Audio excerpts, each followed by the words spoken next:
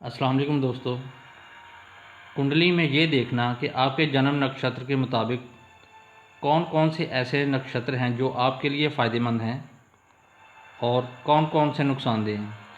इसके लिए तारा मिलान टेबल या नवातरस देखी जाती है। अब हमें ये देखने का फ़ायदा क्या है और ये अपने जन्म नक्षत्र के हिसाब से कैसे देखी जाती है, मैं आपको इस वीडियो में आज सिखाऊंगा। तारा मिलान देखने का फ़ायदा ये है कि आप अपने जन्म नक्षत्र के मुताबिक कुंडली में बकिया 26 नक्षत्र के बारे में ये मालूम कर सकते हैं कि कौन कौन से नक्षत्र आपके लिए फ़ायदेमंद हैं और कौन से नुकसानदेह। अब अगर किसी शख्स से आप कोई ताल्लुक़ कायम करना चाहते हैं, जैसे कारोबारी पार्टनरशिप या शादी या दोस्ती वगैरह, तो उसका अगर जन्म नक्षत्र आपके जन्म नक्षत्र के हिसाब से दुश्मनी ज़ाहिर कर रहा है तो आप ऐसे शख्स से बिल्कुल भी ताल्लुक़ ना बढ़ाएं, क्योंकि ऐसा शख्स आपको कोई ना कोई नुकसान ज़रूर देगा। या दुश्मन नक्षत्र के हामिल शख्स से की गई शादी का अंजाम अलहदगी की सूरत में होगा। इसी तरह कुंडली के वो स्टार जो दुश्मन नक्षत्र में बवक़्त पैदाइश होते हैं वो अपनी दिशाओं में बुरे असरात पैदा करते हैं। अगर ये स्टार अच्छे नक्षत्र में मौजूद हों तो कोई फ़ायदा ज़रूर उनकी दिशा में हमें मिलता है। जब कोई बच्चा पैदा होता है तो उस वक्त मून किसी न किसी नक्षत्र में होता है। यही वो नक्षत्र है जिसे जन्म नक्षत्र कहा जाता है।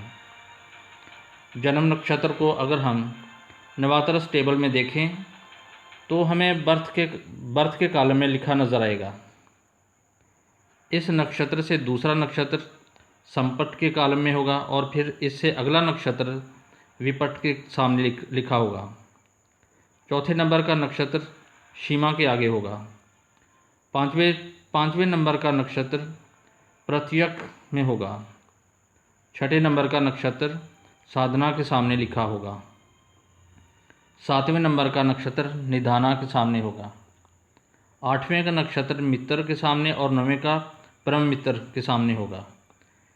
ये 9 नक्षत्र के बाद 10वां फिर जन्म नक्षत्र के सामने होगा और इसी तरतीब से 18 नक्षत्र तक आते जाएंगे।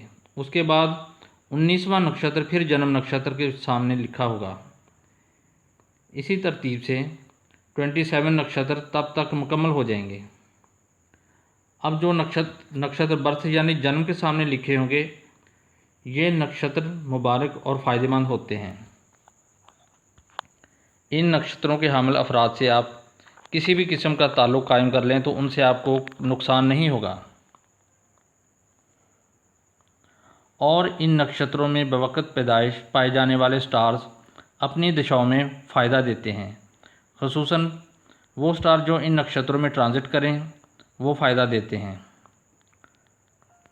वो नक्षत्र जो संपट के सामने लिखे हुए हैं ये भी आपके लिए फ़ायदेमंद हैं।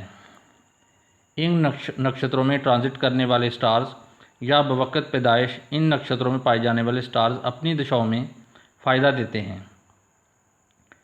इन नक्षत्रों के हामिल अफराद से भी आप ताल्लुक़ कायम करके फ़ायदा उठा सकते हैं।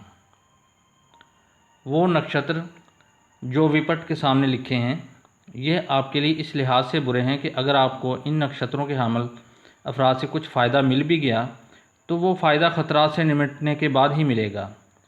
या ऐसे नक्षत्रों में ट्रांजिट करने वाले स्टार्स या नक्षत्रों से रिलेटेड दिशाएं आपको कुछ फ़ायदा भी देती हैं मगर कुछ परेशान करने के बाद। वो नक्षत्र जो शीमा के सामने लिखे हुए हैं ये भी आपके लिए फ़ायदेमंद होते हैं। इन नक्षत्रों के हामिल अफराद से आपको कोई नुकसान नहीं होगा। ऐसे लोगों से आप ताल्लुक़ कायम कर सकते हैं और दीगर स्टार्स ख़ुसूसन मून का ट्रांजिट इन नक्षत्रों में फ़ायदा देता है।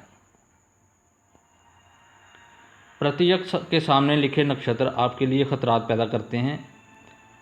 ऐसे नक्षत्रों के हामिल अफराद से ताल्लुक़ नुकसानदेह साबित होता है और इन नक्षत्रों में जो भी स्टार्स ख़ुसूसन मून स्टार जब ट्रांजिट करता है तो वो कुछ ना कुछ नुकसान करके ही जाता है। साधना नक्षत्रों में लिखे गए नक्षत्र आपके लिए कामयाबी, तरक्की, शोहरत, अरूज दिलवाते हैं। आपको अपनी मेहनत का फल इन नक्षत्रों में ज़रूर मिलता है और इनसे मुतल्लिका अफराद और इन स्टार से आपको ज़रूर फ़ायदे मिलते हैं। इसके बाद निधाना नक्षत्र आते हैं। इनके हामिल अफराद आपके लिए नुकसानदेह होते हैं। इन नक्षत्रों में जब कोई भी स्टार ट्रांजिट करता है या इन नक्षत्रों से मुतल्लिक स्टार की जब कोई दशा आती है, तब अगर आप कोई काम शुरू कर लेते हैं, वो काम या तो ख़त्म हो जाएगा या मुकम्मल हो जाएगा, यानी इन नक्षत्रों में हर काम का अंजाम हो जाता है। इसलिए कोई देर पा फ़ायदेमंद मंसूबा या किसी लंबे प्रोजेक्ट का आगाज़ बिल्कुल ना करें, वरना ऐसा मंसूबा फ़ौरन ख़त्म हो जाएगा, हत्ता कि आपकी ज़िंदगी तक भी ख़त्म हो सकती है। ये बहुत ख़तरनाक नक्षत्र होते हैं। निधाना नक्षत्रों का दूसरा नाम वड भी होता है।